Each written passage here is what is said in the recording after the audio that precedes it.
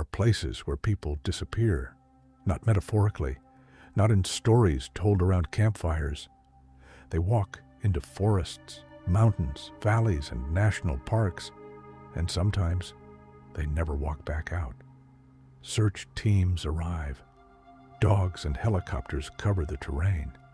Sometimes the wilderness gives up its answer, sometimes it does not.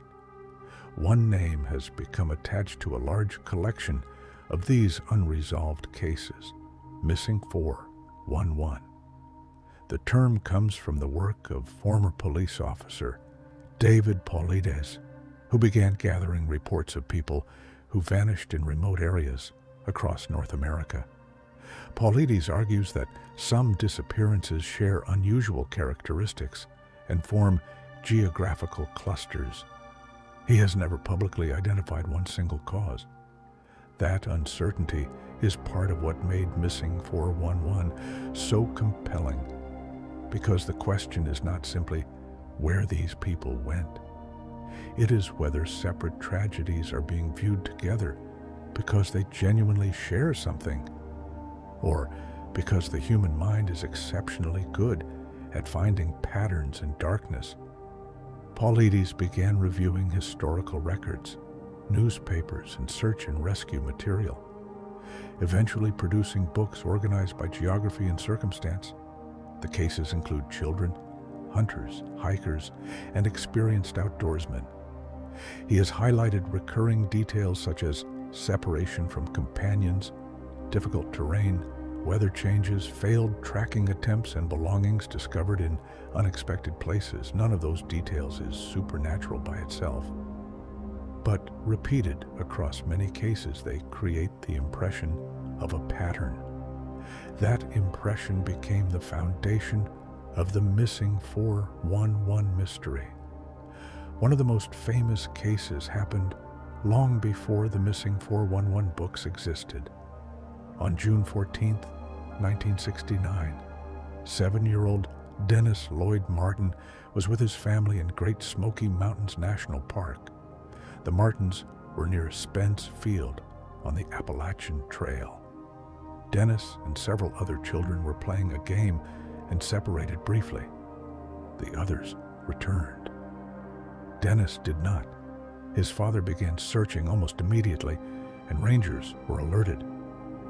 Park staff, volunteers, military personnel, and specialist teams moved through steep forest, gullies, and dense vegetation. Aircraft searched from above. The operation expanded across miles of difficult country. The official National Park Service case file shows how enormous that effort became. By June 18th, hundreds of personnel were involved, and a formal operations center had been established. Yet, there was no confirmed trail leading from the place where Dennis was last seen. Heavy rain complicated the search and altered the landscape. Streams rose, tracks could be destroyed, scent could disperse. The terrain around Spence Field contained steep slopes, thick undergrowth, and places where a person can be only meters away and remain invisible. Those facts provide a natural explanation for why the search was so difficult. They do not explain where Dennis went. Decades later, the National Park Service still lists Dennis Lloyd Martin as missing. No confirmed remains have ever been recovered, and no explanation has closed the case. 30 years later, another case produced the same unease. On October 2, 1999, 3-year-old Jaryd Atadero was hiking with a group in Colorado's Poudre Canyon area. Search teams, dogs, and helicopters covered rugged mountain terrain, while investigators considered a fall, entrapment among rocks, or an animal attack. The initial search found no answer. In June 2003, hikers discovered Jaryd's clothing several hundred feet above the trail. Searchers later recovered partial remains nearby. Authorities said the evidence was consistent with an animal attack, possibly a mountain lion, although the exact sequence could not be reconstructed. The case demonstrates how wilderness can preserve a mystery for years. Searchers can work an area and still miss evidence hidden by steep ground, vegetation, weather, or scavenging. There are cases, however, where even the basic evidence never appears. On November 15, 2015, 82-year-old Thomas Messick went hunting near Brant Lake in New York's Adirondacks. He was part of a small group carrying out a deer drive. Messick, an experienced hunter, took a stationary position while other members of the group moved through the woods. When the drive ended, the others returned. Messick did not. He had been carrying a rifle and a radio. Searchers entered the area expecting to find some indication of his route, an item of equipment, a footprint, clothing, or a place where he might have fallen. Nothing was found. The New York State Department of Environmental Conservation later described a massive search lasting 2 months and involving forest rangers, environmental conservation police, state police, other agencies, and hundreds of volunteers. Authorities continued asking hunters to watch for clues long after the initial operation ended. Messick's disappearance is disturbing because his equipment vanished with him. If an accident occurred, something should theoretically remain. If he became disoriented, the search radius becomes larger, but not infinite. More than a decade later, no confirmed public explanation has established where Thomas Messick went. This is where Missing 411 becomes difficult to discuss fairly. The disappearances are real, and their families endured genuine uncertainty. But the claim that the cases collectively demonstrate an unknown phenomenon has not been established. Critics argue that many recurring characteristics are expected in wilderness disappearances. People separate from companions. Dogs sometimes fail to track. Mountain weather changes quickly. Rivers, rocks, and forests are common where hikers and hunters travel. Even apparent clusters can be affected by visitor numbers, terrain, and which cases are selected. In 2017, data scientist Kyle Polich examined a sample of missing 411 cases and confirmed that the disappearances he checked were based on real events. His criticism was different. He argued that an unusual statistical pattern had not been demonstrated and that many cases appeared compatible with the ordinary risks of wilderness travel. That distinction matters.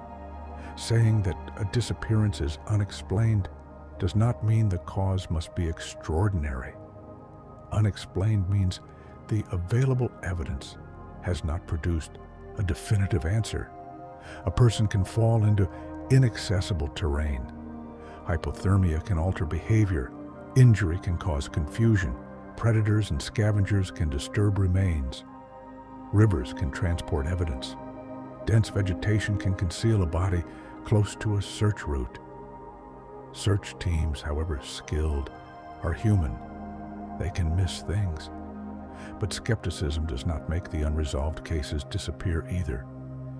It cannot tell us where Dennis Martin is. It cannot reconstruct every minute of Thomas Messick's final known morning. It cannot explain every historical disappearance simply by listing possibilities. In some cases, there is enough evidence to establish what probably happened. In others, there is not. That is the uncomfortable center of Missing 411. The strongest version of the mystery is not the claim that something impossible is taking people. It is the simpler fact that modern search technology, experienced investigators, and enormous numbers of searchers can still fail completely when a human being disappears into wilderness. Forests distort distance.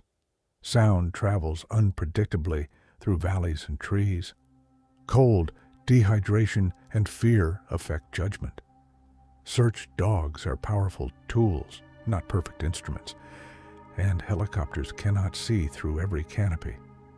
The natural explanations are powerful because the wilderness itself is powerful. That carries its own form of horror.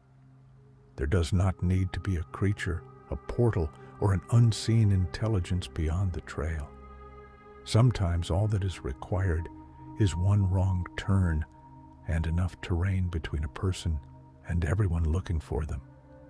And still, some details resist easy closure. A person disappears within minutes. No useful trail is found. Hundreds search. Years pass. Nothing surfaces. Then another case occurs hundreds of miles away with circumstances that seem strangely familiar. Put enough of those cases beside one another and coincidence begins to feel uncomfortable. But feeling is not evidence. That is where the investigator has to stop. Missing 411 sits directly on that boundary between documented tragedy and suggested pattern. Cross too far in one direction, and every unanswered case becomes proof of the paranormal.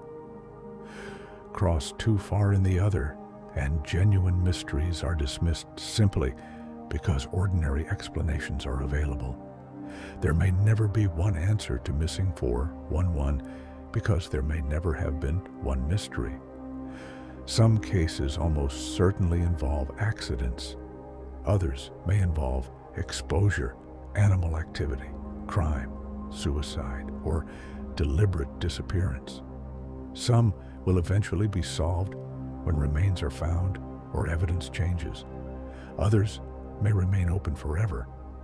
The possibility also remains that among thousands of ordinary tragedies, there are a handful of cases we do not yet understand. That possibility is not proof of anything, but it is enough to keep the files open. Perhaps that is why the subject has endured. Not because it gives us an answer, but because it refuses to give us one. Somewhere between the documented facts and the theories built around them are real people who entered the wilderness and never returned. The forest does not explain itself. The mountains do not keep records. And when the final search team leaves, there is sometimes nothing left except a last known location and a question that may remain unanswered for generations. These are the missing 411 cases, and whatever you believe is happening out there, the most disturbing fact is also the simplest. Sometimes people go into the wild, and despite everything we know, everything we can search, and everything we can bring with us, we still cannot find them.